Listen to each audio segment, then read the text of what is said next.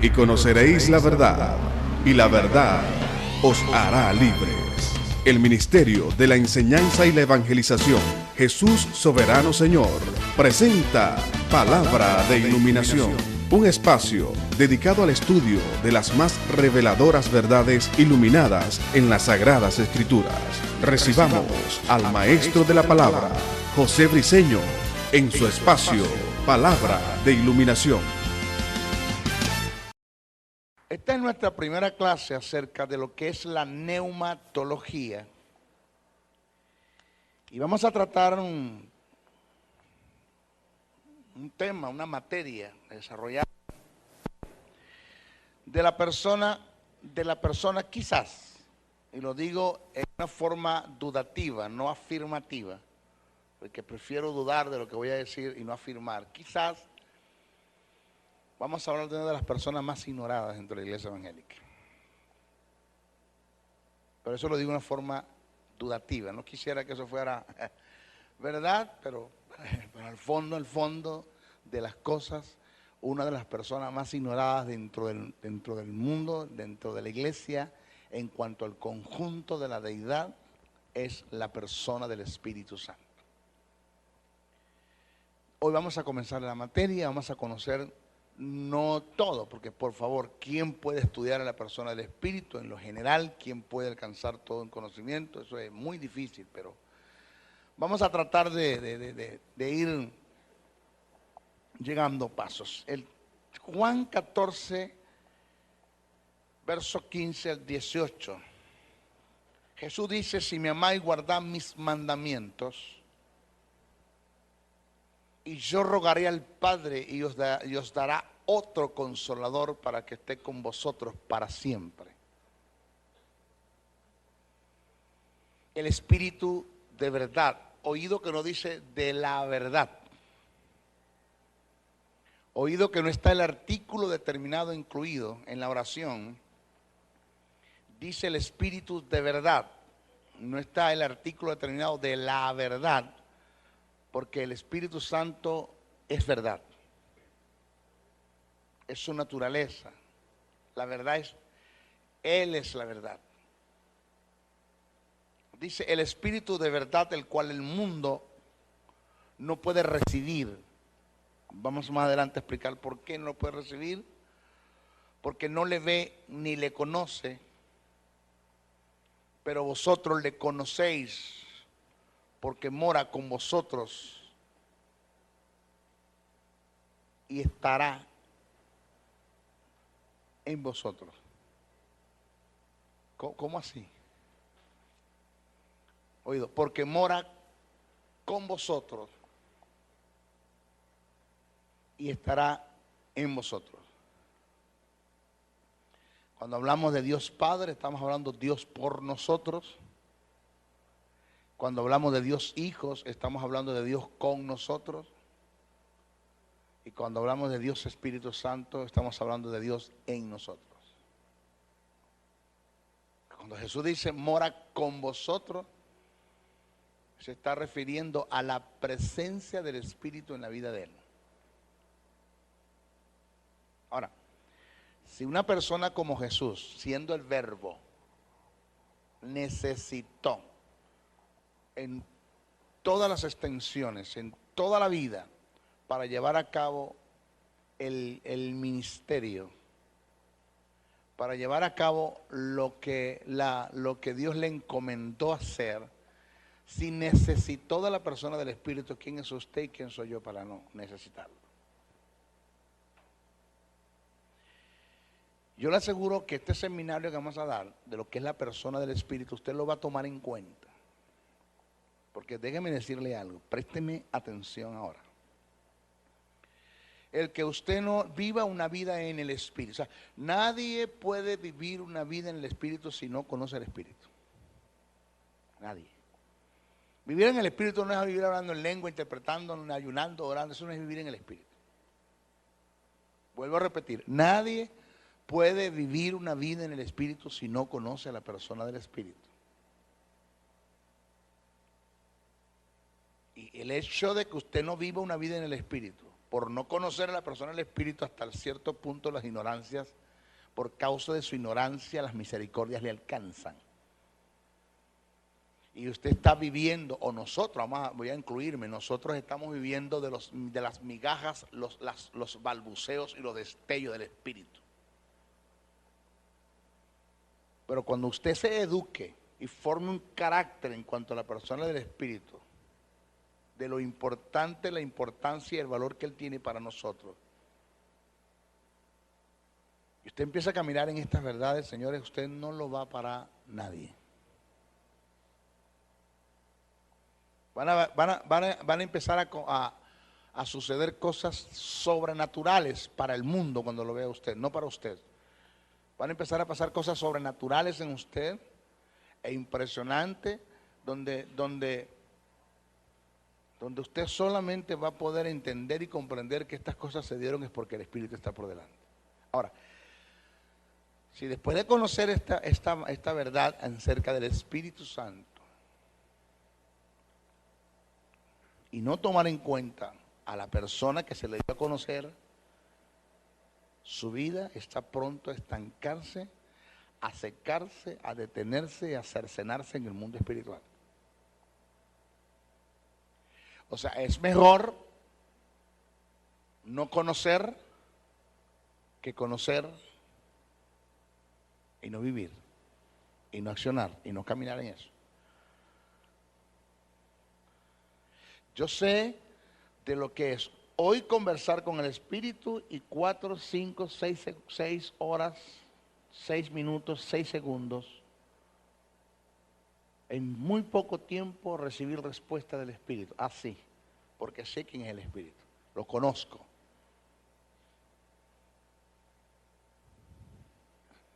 Paul Young Ishop en un momento estuvo acá en Venezuela, en el Poliedro. Y Paul Young Ishop, como todo predicador, siempre llegan de último, ¿no? Él llegó de primero. Habían escasas personas a lo que le cabe el Poliedro, había muy pocas personas. Y se paró con el micrófono delante, se puede decir detrás del micrófono. Sus dos asistentes a la derecha y a la izquierda.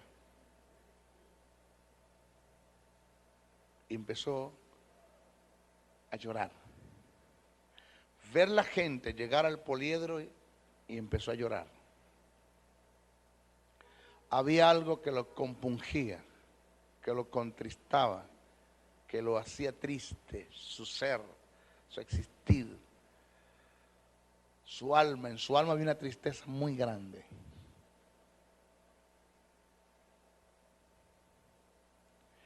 Y cuando prendieron el micrófono para emitir una palabra, él dijo esto que pateó y sacudió y conmovió a la audiencia. Dijo: ahora entiendo por qué Dios no usa a la iglesia de Venezuela, porque le dan muy poca importancia a la persona del Espíritu. Ese fue el mensaje. En mi congregación, donde yo pastoreo, dijo él, no hay lugar para el chiste, ni para el brollo, ni para el comentar, ni para la novedad. Todo el que va llegando se va inclinando ante la presencia del Espíritu. No hace falta de que cuando pase el que supuestamente va a dirigir la adoración, tenga que llamar la atención y poner a la gente en orden, como los caballos, como cuadrar los caballos en el hipódromo para la partida de una carrera. Que cuando el que supuestamente va a dirigir la adoración comience, ya hay un ambiente espiritual, porque usted como creyente y como feligres y como templo del Espíritu lo ha producido ya, lo ha comenzado, lo ha adelantado.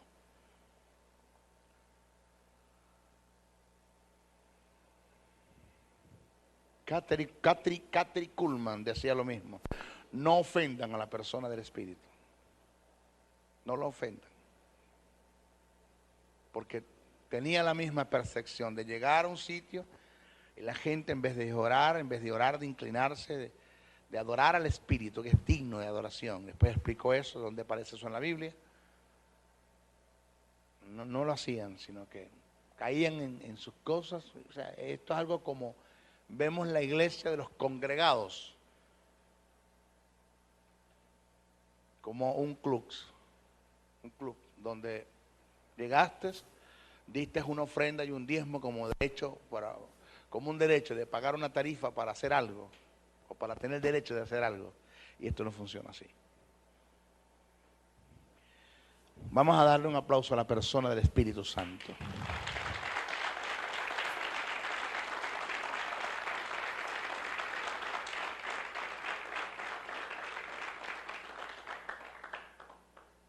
Dice, si me amáis, guardad mis mandamientos, y yo rogaré al Padre y os dará otro consolador para que esté con vosotros para siempre.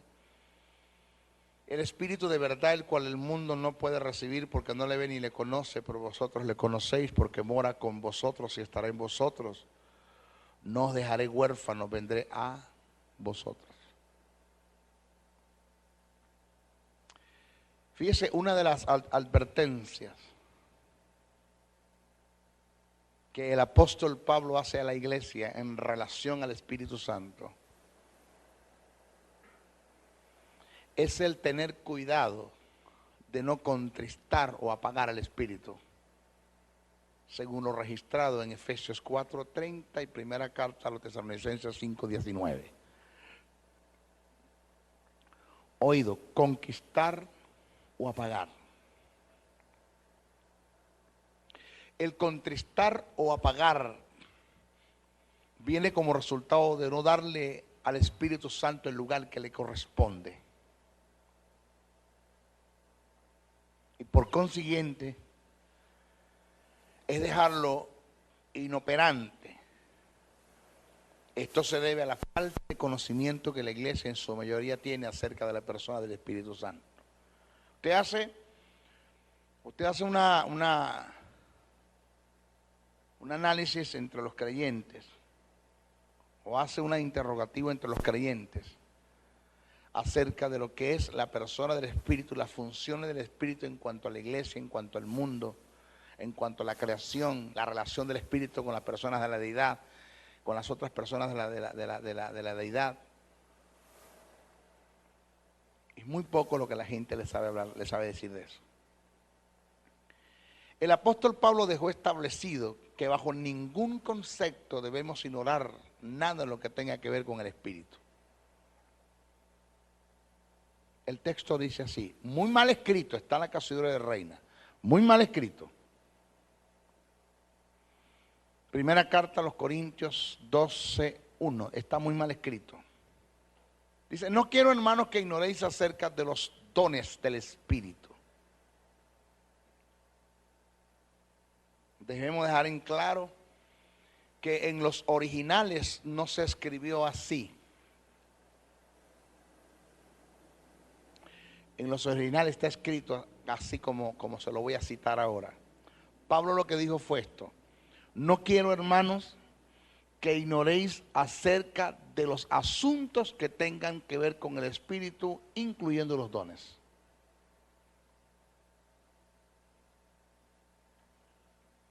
No solamente está relacionado, el texto está relacionado a los dones, sino está hablando de la persona de los dones, que es el Espíritu. Cabe destacar que la ignorancia, además de ser un arma que Satanás se está usando en contra de la iglesia para tratar de destruir la iglesia, atentar en contra de ella, también es un instrumento que cercena la bendición y el progreso de Dios en cuanto a la persona del Espíritu. Porque nada, escuche, nada, que más adelante voy a tocar el tópico ese, nada de lo que usted va a recibir de Dios y de lo que usted va a recibir del Padre lo va a recibir si no es por el Espíritu. Ya Dios hizo la obra, ya Jesús hizo la obra. Todas las cosas que usted vaya a recibir de Dios y las vaya a recibir de Cristo, las va a recibir por el Espíritu. El canal, así como Cristo fue quien te llevó al Padre, el Espíritu es quien te lleva al Padre y te lleva a Cristo. Punto. Si yo tuve la necesidad de aceptar a Jesús por el convencimiento, o de aceptar el plan de salvación por el convencimiento de pecado del Espíritu Santo para llegar a Dios, también tengo la necesidad de aceptar la persona del Espíritu en todo lo relacionado a Él, para poder llegar o poder obtener lo que el Padre quiere que yo obtenga y poder obtener lo que el Hijo quiere que yo obtenga.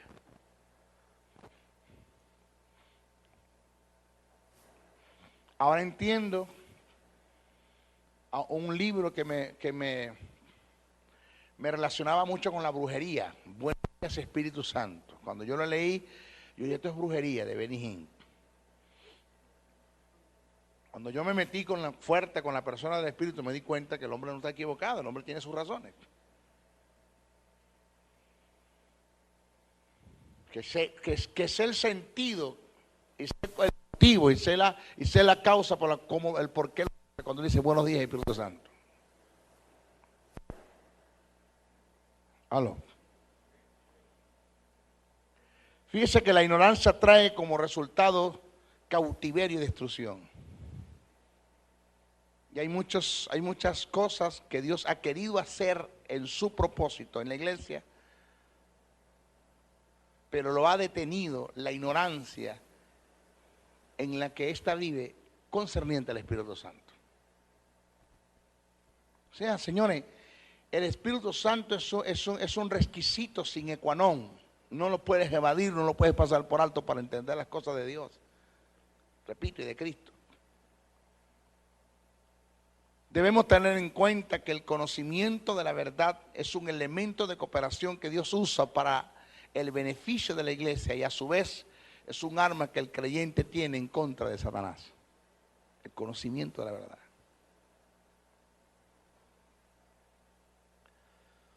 Sin la verdad nunca podremos avanzar y jamás podremos vencer. Metes eso en el espíritu. Sin la verdad nunca podremos avanzar y jamás podremos vencer. En 1 Samuel 3:7 se registra que Samuel no había conocido a Jehová por causa de que la palabra no le había sido revelada. Por falta de conocimiento, un hombre dejó de conocer a Dios con todo y que ministraba en el templo. Y no conocía a Jehová. ¿Tú se imaginas el montón de gente que están acá arriba subido, acá arriba, ministrando, supuestamente, adorando, y no conocen? No saben ni lo que están haciendo. Allá abajo. Por eso es cuánto no hay en nuestros tiempos ministrando en el altar y no tienen conocimiento ni siquiera de lo que es el Espíritu Santo. Jesús dijo que bajo la ignorancia no se podía ser efectivo en las cosas que hacemos. La ignorancia nos limita, cercena todas las posibilidades de lograr hacer en Dios lo que queremos hacer. En Juan 3:11 Jesús dijo, de lo que sabemos hablamos y de lo que conocemos testificamos. ¿Por qué testificamos de lo que conocemos y lo que sabemos? Porque no podemos ir más allá de lo que conocemos y lo que sabemos. Pablo en primera carta a los Corintios, capítulo 13, verso 9, dijo, en parte conocemos y en parte profetizamos. ¿Por qué profetizamos en parte? Porque en parte conocemos. No podemos ir más allá de lo que conocemos. Nunca podemos ir más allá de lo que conocemos.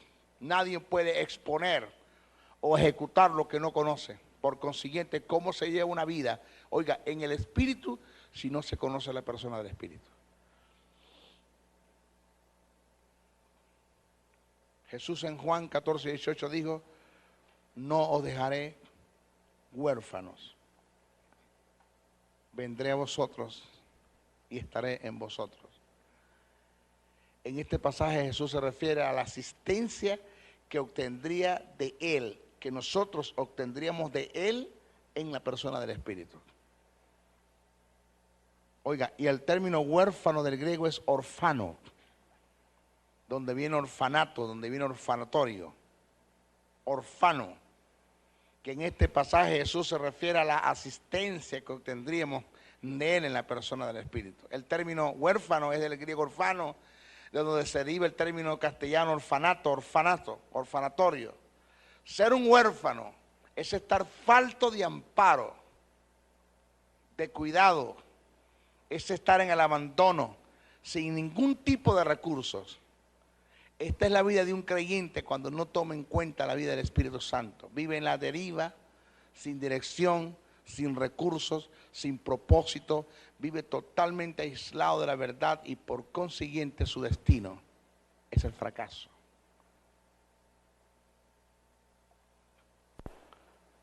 Fíjese. O sea, yo no entiendo, no acepto de cómo nosotros no podemos ser asistidos por la persona del Espíritu cuando está en nosotros la persona del Espíritu. Simple y llanamente por no conocerlo, por no tomarlo en cuenta.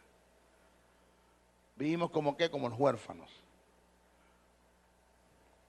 Jesús dijo, sin mí nada podéis hacer. Nada. Si el Espíritu Santo vino a ocupar el lugar de Jesús como el paracleto, que es lo que se conoce en el griego el paracletón, entonces es lógico que sin el Espíritu Santo nada podemos hacer en el propósito de Dios. Por causa de estas verdades que se han dicho en la introducción, nace la necesidad de preparar este seminario que nos servirá de gran ayuda para ser eficaces en la vida del Espíritu. Vamos a dar el concepto de neumatología. Tenemos que comenzar por allí. Es un término compuesto del griego neuma, que es espíritu, y logía, estudio. La neumatología es la ciencia que se encarga de estudiar todo lo relacionado con el mundo de los espíritus, incluyendo la persona del Espíritu Santo. La neumatología estudia en cuanto a los espíritus, su naturaleza, carácter, propiedades, valores, sus obras y operaciones. En cuanto al Espíritu Santo, la neumatología es considerada parte de la teología sistemática que estudia todo lo relacionado a la persona del Espíritu de Dios como parte del conjunto de la deidad.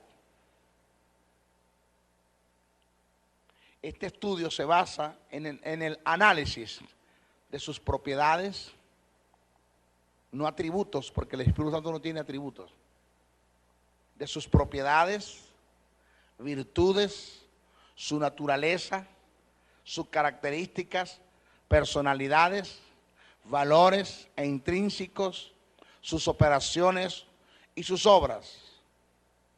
Comenzaremos este estudio analizando el término espíritu desde el sentido etimológico. Ya dimos lo que es la etimología de lo que es la neumatología. Vamos a hablar etimología del término espíritu. ¿Por qué es importante esto? Porque degradantemente, hermano, mira, una degradación que en la Casidora de Reina colocaron términos que no son aplicables al Espíritu Santo y términos que son aplicables al Espíritu no te lo utilizaron para el Espíritu. Perdónenme, una de las más peores traducciones bíblicas que tenemos, que es la Casidora de Reina, es la que más usamos, es lamentándolo mucho. El término hebreo para designar esta palabra es ruach. Ruach, R-U-A-H. Su equivalente en el griego es neuma, mientras que en el latín es espíritu. Estos términos tienen un significado en común, tales como viento, aliento, respiración, soplo.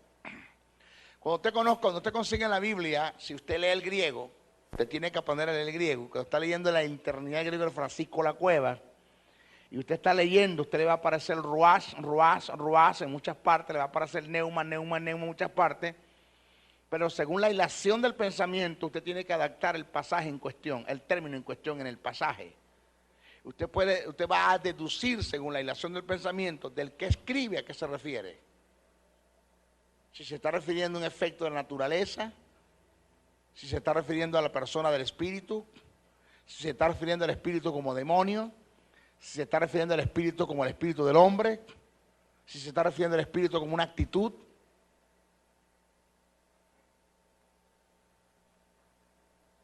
Y eso es importante tomar en cuenta eso, para el estudio. En nuestros textos sagrados se utiliza para hacer referencia a cualquiera de estas acepciones, solo tomando en cuenta el pensamiento del emisor o del que escribe, es que se puede hacer una deducción y aplicación apropiada del término, ajustándolo al pasaje en cuestión. Por esta causa fue determinante asumir una posición basada en las reglas denominadas hilación de pensamiento. Para mayor comprensión daremos ejemplos del caso tomando en cuenta un pasaje del Antiguo Testamento y otro del Nuevo Testamento, en los cuales se emplean los términos ruás del hebreo y neuma del griego con diferentes aplicaciones. Ejemplo. Cito Ezequiel 37:9. Pero esto lo estamos dando como base, como fundamento para que de ahora en adelante, porque yo le voy a dar a ustedes el estudio del Espíritu Santo, pero van a ver cositas del Espíritu que yo no le voy a tocar y usted, eso está en la palabra, esto es la Biblia. Y cuando usted esté leyendo, usted pueda determinar a qué se refiere. Si es el Espíritu del hombre, el Espíritu del diablo, el Espíritu...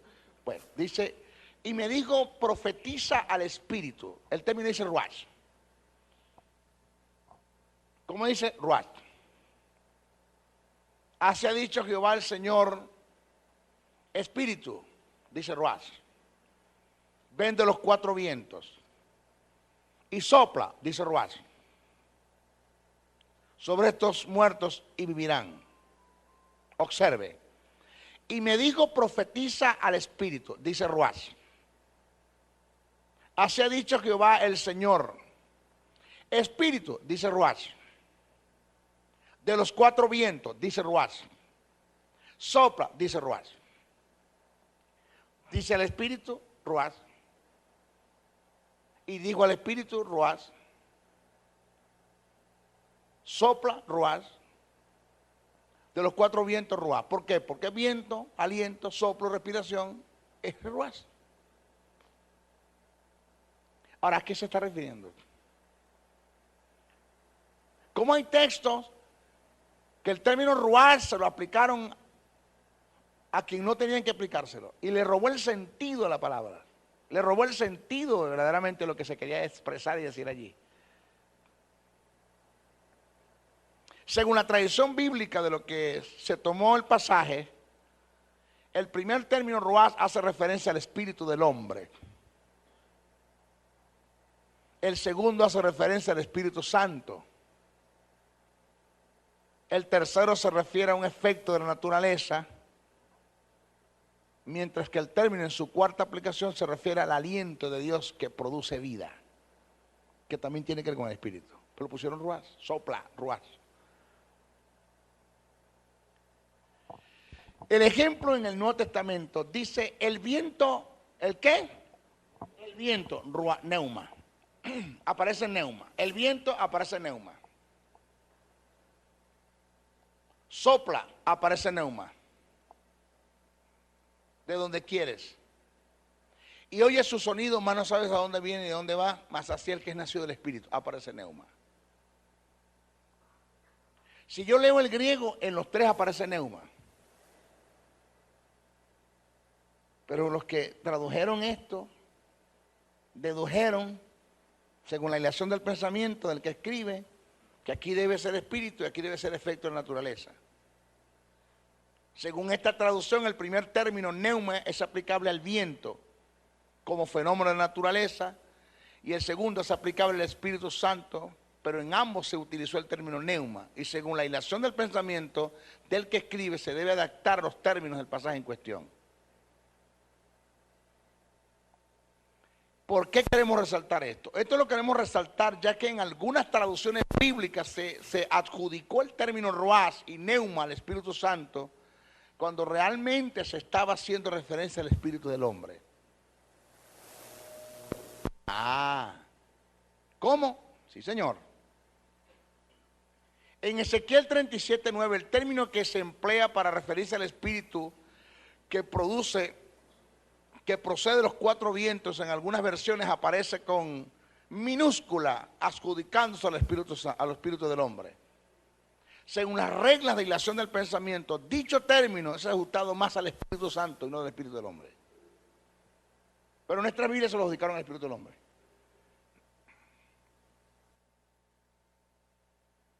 Por ejemplo, en el Nuevo Testamento, digo pues andad en el Espíritu, mayúscula. Primero, en griego no hay mayúscula ni minúscula. Eso no existe. Es acá donde me colocaron mayúscula para el Espíritu Santo y minúscula para el Espíritu del hombre o el Espíritu del demonio. Okay, dice, digo pues andar en el Espíritu, mayúscula. Y no satisfagáis los deseos de la carne, porque el deseo de la carne es contra el Espíritu, minúscula. Y el del Espíritu es contra la carne. Y estos se oponen entre sí para que no hagáis lo que quisierais. Pero si sois guiados por el Espíritu, mayúscula, no estáis bajo la ley, y manifiestas son las obras de la carne, que son adulterio, fornicación, inmundicia, lascivias, idolatría, hechicería, enemistades, pleitos, celos, iras, contiendas, disensiones, herejías, homicidio, envidia, homicidios, borracheras, orgía. Cosas semejantes a estas, acerca de las cuales os amonesto, como ya lo he dicho antes, que los que practican tales cosas no darán el reino de Dios. Mas el fruto del Espíritu, mayúscula, es amor, gozo, paz, paciencia, benignidad, bondad, fe, mansedumbre, templanza. Contra tales cosas no hay ley. Pero los que son de Cristo han crucificado la carne con sus pasiones y deseos. Seguimos por el Espíritu, mayúscula, andemos también por el Espíritu, mayúscula. Vamos a ver qué dice el texto original en el griego. Según algunas versiones, el término neuma, que aparece en el pasaje completo, es aplicable al Espíritu Santo. Existen otras versiones que lo descartan tomando en cuenta la relación del pensamiento y ciertos principios de interpretación. En algunas aplicaciones en este pasaje el término Espíritu no debe ser adjudicado al Espíritu Santo. Razones, ¿por qué? El término Espíritu que aparece en los versos 16, 18, 22 y 25 del capítulo 5 de Gálatas es aplicable al Espíritu Santo, mientras el que aparece en el verso 17 es aplicable al Espíritu del hombre, según la hilación del pensamiento. Esto es, no se debe generalizar el término Espíritu adjudicándolo todo al Espíritu Santo, como aparece en algunas versiones bíblicas, quitándole el verdadero sentido de lo que se quiso decir. Según lo dicho en el verso 17, quien tiene el contraste con la carne es el espíritu renacido del hombre, no el Espíritu Santo, no el Espíritu de Dios, ya que éste no contenderá con el espíritu del hombre, según Génesis 6:13. Explico. Digo pues andar en el Espíritu, mayúscula, está bien escrito. Se refiere al Espíritu Santo. Entonces cuando dice, digo pues andad en el Espíritu y no satisfagáis los deseos de la carne, no satisfagáis los deseos de la ¿qué? De la carne. ¿Tiene que ver con qué? Con pasiones pecaminosas. Oiga la lección del pensamiento. Porque el deseo de la carne es contra ¿qué? ¿Contra qué? Contra él, pero no el Espíritu Santo.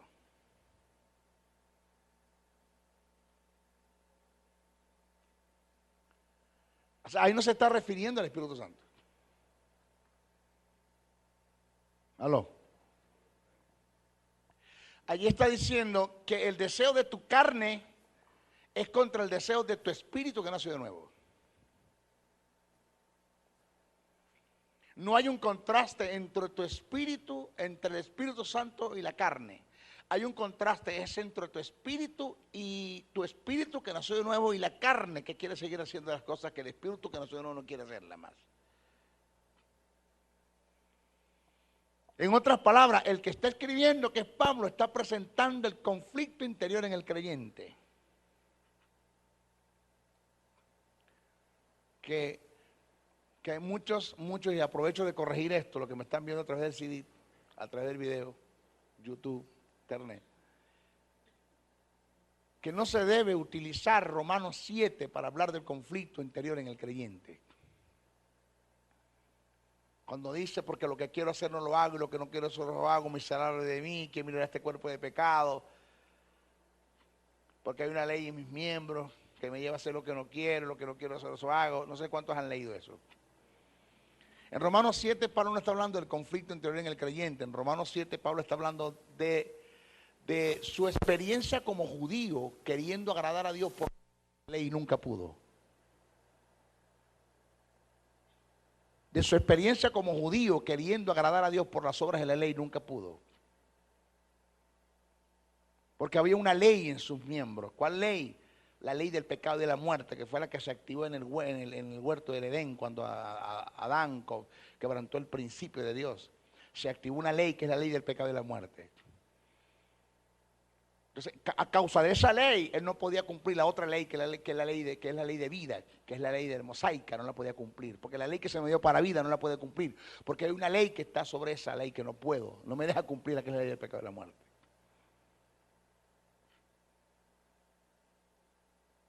Eso es lo que viene hablando Pablo.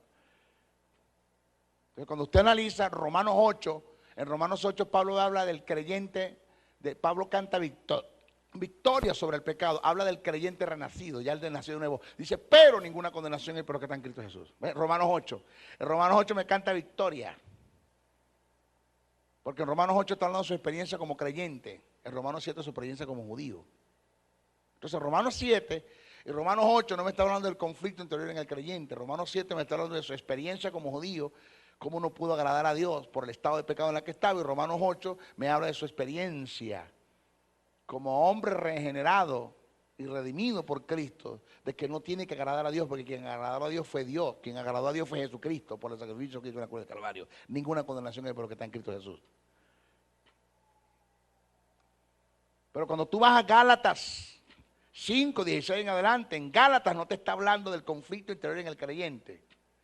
En Gálatas te está hablando, o debo decir, en Gálatas sí te está hablando, corrijo, sí te está hablando del conflicto interior en el creyente. Te está hablando del conflicto que se da entre el espíritu que nació de nuevo y las pasiones pecaminosas, el alma que no ha sido estrenada, que no ha sido santificada todavía y que quiere seguir haciendo lo que el espíritu no quiere seguir haciendo porque fue regenerado, fue nacido de nuevo.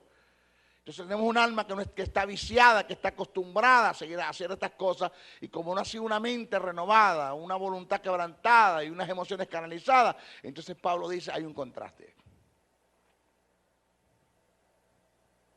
Hay un contraste. Pero cuando tú pecas, lo que hace que te sientas mal no es el Espíritu Santo que te está redarguyendo. Lo que hace que te sientas mal es tu espíritu que nació de nuevo, que no se va a seguir calando el pecado que venís haciendo. Entonces va a haber un contraste entre tú y tu espíritu, entre las pasiones, entre un alma que no está santificada y el espíritu.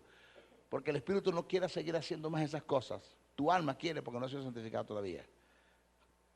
Entonces el término espíritu ahí debe ser aplicable ¿a qué? Al espíritu del hombre, no al Espíritu Santo. Y se colocó espíritu con mayúscula.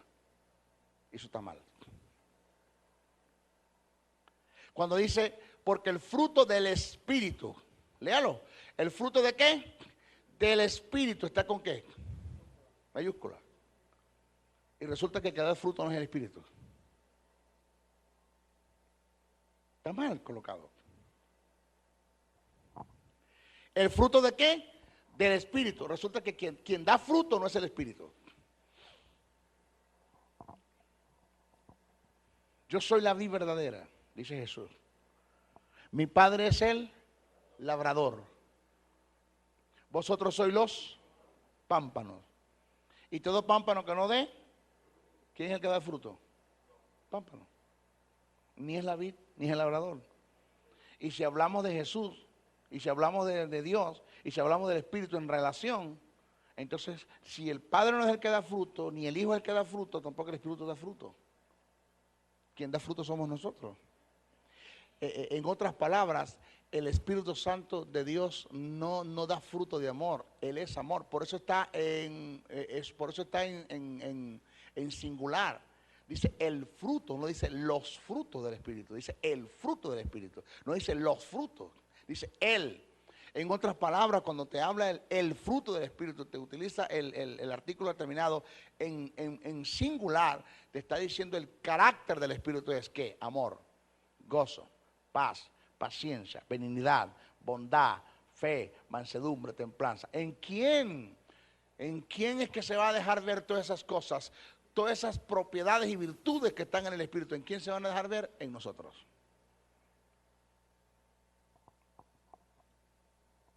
Entonces ya está mal colocado el término espíritu también allí.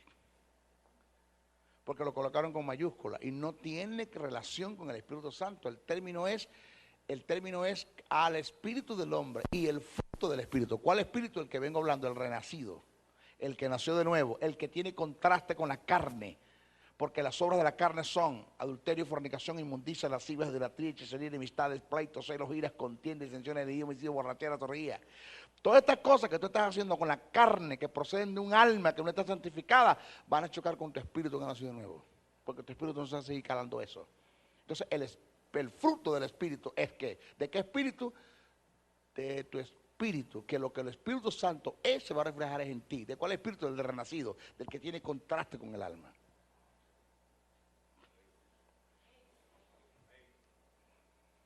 ¿Están acá? Entonces, ¿qué quiero decir con esto, Señor? Dígale al Espíritu Santo, dame amor. No, yo no te puedo dar amor. Todo el amor de Dios está en ti. Refléjalo tú, manifiéstalo tú.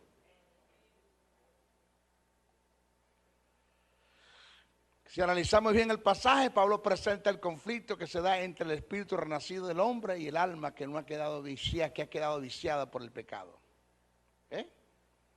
Por otra parte, según en algunas posiciones teológicas, el término neuma que aparece en el verso 22 para hacer referencia al fruto debe ser aplicado al espíritu renacido del hombre y no al Espíritu Santo. De no, habría un contraste, una contradicción con lo dicho por Jesús en el Evangelio de Juan, donde se dice que los que dan frutos son los pámpanos, no la vid ni el labrador. Dice, yo soy la vid verdadera, mi Padre es el labrador, y todo pámpano que no lleve fruto lo quitaré, y todo aquel que lleve fruto lo limpiaré para que lleve más fruto. Ya vosotros estáis limpios por la palabra que os he hablado. Permaneced en mí y yo en vosotros, como el pámpano no puede llevar fruto por sí mismo, sino permanece en la vid, así tampoco vosotros, si no permanecéis en mí. Yo soy la vid, vosotros los pámpanos, el que permanece en mí y yo en él lleva muchos frutos, según Juan 15:1. Fíjese según este pasaje, el labrador es el Padre, la vid es el Hijo y los pámpanos representan al creyente, que es el responsable de dar fruto. El Espíritu Santo, al igual que el labrador y la vid, no da frutos de amor. Él es amor. Por igual es paz, paciencia, unidad, bondad, fe, mansedumbre, templanza. En quien se deja ver es en nosotros lo que Él es.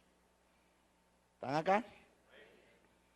Es en nosotros que se deja ver lo que Él es por naturaleza. Según estas aplicaciones, el término neuma del verso 22 debe ser adjudicado al espíritu renacido del hombre y no al Espíritu Santo como se ha acostumbrado siempre. Esto es importante entenderlo. ¿Por qué? Porque cuando usted lea, y va a conseguir otros pasajes que no doy ejemplo, otros pasajes que usted mismo leyéndolo se va a dar cuenta, aquí no tiene que ir Espíritu Santo, aquí tiene que ir Espíritu del hombre. ¿Ya? Ahora, fíjese esto. Hay otra posición teológica. No tengo problemas con presentarla, usted verá con la que se queda. Según otra posición teológica, otra forma de ver el pasaje aplicando el término espíritu al Espíritu Santo para guardar el sentido del pensamiento del emisor y que no haya un contraste con lo dicho por Jesús, debería transcribirse como sigue: más el fruto del Espíritu manifestado en nosotros es. Porque hay unas versiones que dicen, más el fruto del Espíritu manifestado en nosotros es. Si la versión me lo escribe así, entonces no tengo problemas con aceptarla, porque ya me lo están presentando como es. Porque hay unas versiones que lo dicen así, más el fruto del Espíritu manifestado en nosotros es. Guardando el sentido de que el fruto como características, valores y naturaleza es algo inherente en el Espíritu Santo, propio de Él. Pero en nosotros como cuerpo del Espíritu Santo es que se deja ver dichas propiedades. Si lo analizamos bajo este sentido, es aceptable que el término espíritu sea aplicable al Espíritu Santo. Si lo analizamos en este sentido, no tengo problemas con aceptarlo. Algunas versiones lo presentan así, otras versiones lo presentan como está ahí escrito en la canción de Reina, más el griego lo presenta todo en minúscula porque no existe mayúscula cuando eso. Entonces, según el principio de hermenéutica, cualquiera de las dos posiciones que se aplique en el pasaje no rompe el sentido del pensamiento, guardando lo que el emisor quiso transmitir. Las dos aplicaciones son válidas y aceptables, las dos, siempre y cuando me diga, más el fruto del Espíritu manifestado en nosotros es. ya bien escrito. Está guardando el pensamiento del emisor, queriendo decir que las propiedades son del Espíritu, pero se manifiestan en nosotros. Pero si lo leemos como está la Constitución de Reina, está mal, muy mal escrito. Pero en el griego está escrito en minúscula todo. De modo que hay que tener mucho cuidado con lo que se lee. ¿Ok? En nuestra próxima clase vamos a hablar de las dispensaciones del Espíritu Santo en la vida del hombre. Bendiciones, bendiciones, bendiciones. Si has sido bendecido a través del mensaje transmitido en este programa, comunícate por los teléfonos 0058-416-860-7602, 0058-414-9992 o al 0058-261-737-3387. Escríbenos a los correos electrónicos josebriceno77@hotmail.com, Jesús Soberano 77 @hotmail.com. Y si deseas seguir disfrutando de estos mensajes, ingresa a nuestro portal web maestrojosebriceno.blogspot.com. Suscríbete a nuestro canal en YouTube o visítanos en Facebook. Será hasta una nueva oportunidad en su programa Palabra de Iluminación.